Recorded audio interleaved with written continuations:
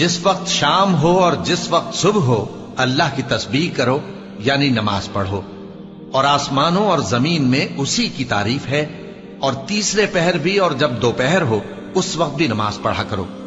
وہی زندہ کو مردے سے نکالتا ہے اور وہی مردے کو زندہ سے نکالتا ہے، اور وہی زمین کو اس کے مرنے کے بعد زندہ کرتا ہے، اور اسی طرح تم دوبارہ زمین میں سے نکالے جاؤ گے۔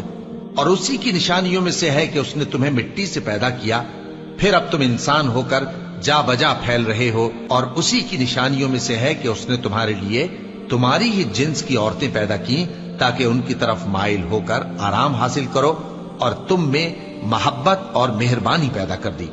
جو لوگ غور کرتے ہیں ان کے لیے ان باتوں میں بہت سی نشانیاں ہیں۔ اور اسی کی نشانیوں میں سے ہے آسمانوں اور زمین کا پیدا کرنا، اور تمہاری زبانوں اور رنگوں کا جدا جدا ہونا۔ اہل دانش کے لیے ان باتوں میں بہت سی نشانیاں ہیں۔ اور اسی کی نشانیوں میں سے ہے تمہارا رات اور دن میں سونا اور اس کے فضل کا تلاش کرنا۔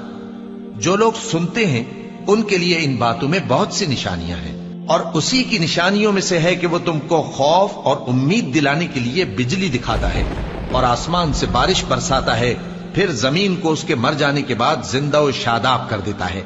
عقل والوں کے لیے ان باتوں میں بہت سی نشانیاں ہیں۔ اور اسی کی نشانیوں میں سے ہے کہ آسمان اور زمین اس کے حکم سے قائم ہے، پھر جب وہ تم کو زمین میں سے نکلنے کے لیے آواز دے گا تو تم جھٹ نکل پڑو گے۔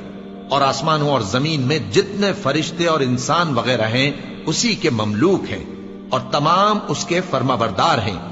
اور وہی تو ہے جو خلقت کو پہلی دفعہ پیدا کرتا ہے، پھر اسے دوبارہ پیدا کرے گا، اور یہ اس کو بہت آسان ہے۔